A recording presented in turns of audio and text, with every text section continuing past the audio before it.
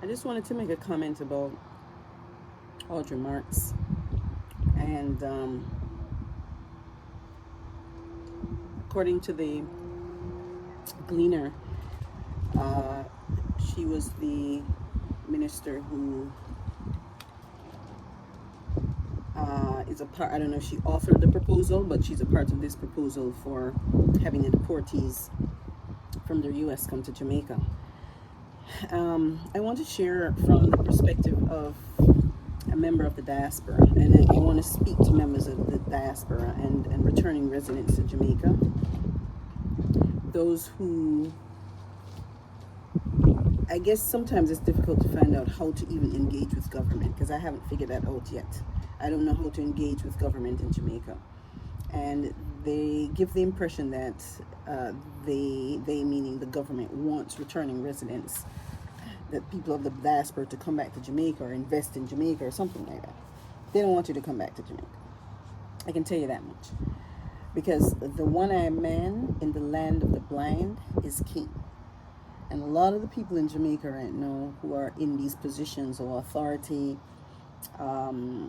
supposed to be the intellectuals on the island, are not the smartest people. I have engaged with them, and they're not going to want to deal with anybody from the diaspora who has a brain. What they want to do is to keep the status quo, to be the oppressor of their own people. Right? So if you're coming from the diaspora, whether the US, and you have the history, and you know the history of the United States, if you come back to Jamaica and you join any part of government, you have to know that you are participating in the oppression of your own people. And so Audrey Marks, I have been watching her since she was appointed onto the local government, because I can't imagine someone coming from an embassy job to work in local government here. First of all, the salary, to come back to Jamaica and live sustainably on local economy is not possible. Not if you want to maintain the lifestyle that you had in the United States. And so I want to just say this to you. If you know what the house Negro, the concept of who the house Negro is, the house Negro, they're the ones that were the gatekeepers for the white people, the oppressors, the colonizers, right? And in Jamaica, that would be a lot of the mulatto people, and then the other blacks around that think they're the smart ones on the island, and they're what's the word? They're really extortionists, a lot of them. What's happening, the illicit enrichment, all this. And you have your own people that are, they call people who are trying to get a piece of land squatters. These are the people who are running the country, right? And so they don't want members of the diaspora to return. They want your money to come and invest, and maybe.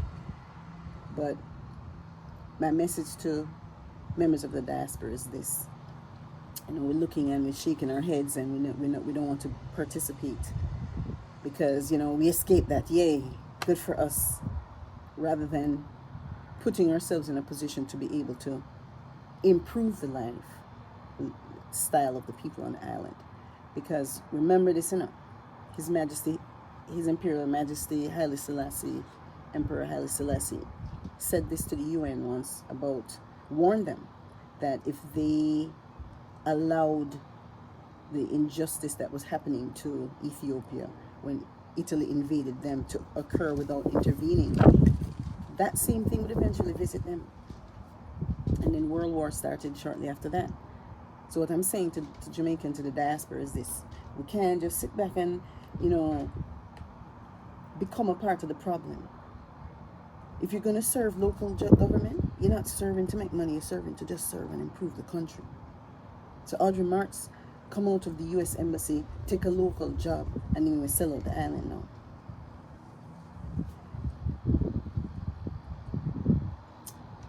I have lived among the people who in the US would be considered the second class people, because Jamaica, you can see the racism. You see it's very clear. You just look at how the government's set up right now. And Leonard Howell, who is they credit him as a founder of the Rastafari movement, mentioned he never really cared for mulattoes, and I now understand why. Because see, mulattoes,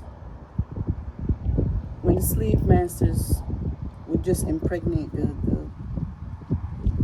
their slaves, the women, there's a reason that they did that, because they have the mulatto children, them half black and half white, and so he would put them in the house and they would work. They'd have a better job than the ones in the field, because the slaves in the field, rough, it hot, the conditions were not that good. The house Negroes, they still were slaves too, but they had, the housework. It's not that bad. And so they used them to keep the slaves in the field out there, and so they can enjoy their cushy life, and then the white people can enjoy their cushy. They were the barrier between the field Negroes and the slave masters. And that's how I see the Jamaican government.